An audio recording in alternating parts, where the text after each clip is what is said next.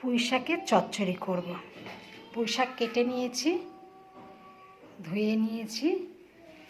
ইলিশ মাছের মাথা দিয়ে আলু, কাঁঠাল দানা, কুমড়ো সব কেটে নিয়েছি। নিয়ে ইলিশ মাছের মাথা দিয়ে পুঁই শাক চচ্চড়ি।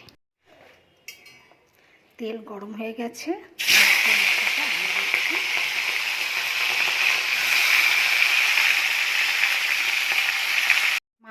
মাছের মাথা ভেজে তুলে নিয়েছি। এবার হচ্ছে ফোড়ন দিচ্ছি, 5 ফোড়ন, তেজপাতা, শুকনো লঙ্কা। ফোড়ন দিয়ে এক এক করে সবজিগুলো দিয়ে দেব।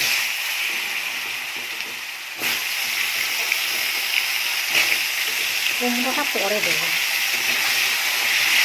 কাঁঠাল দানা আলুটা আগে দিয়ে দিলাম, একটু ভাজা ভাজা করে নিই।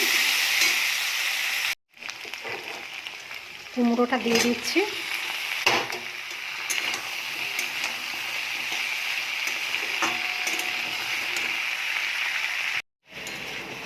সবজি ভাজা ভাজা হয়ে গেছে। এবারে নুন, হলুদ, লঙ্কা দিয়ে দিচ্ছি।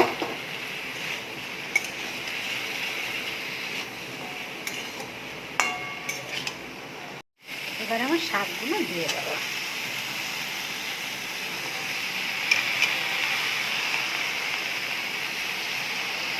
দিয়ে আবার ঢাকা দেবো।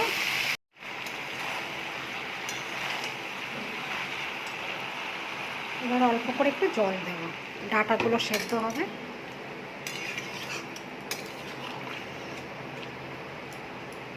আর ঢাকা দিয়ে দেবো।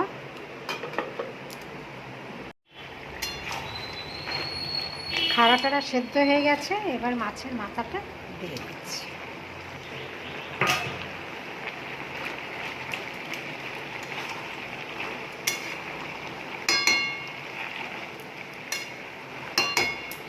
আবার একটু ঢাকা দেব। চচ্চড়ি হয়ে এসেছে। এবার চিনি দিয়ে দেবো, দিয়ে নেড়ে ছেড়ে ঢাকা দিয়ে আর একটু ঢাকা দেব।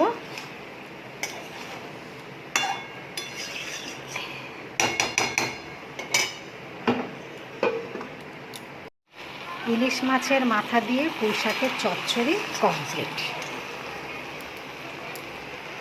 এবার গ্যাসটা বন্ধ করে দেবো।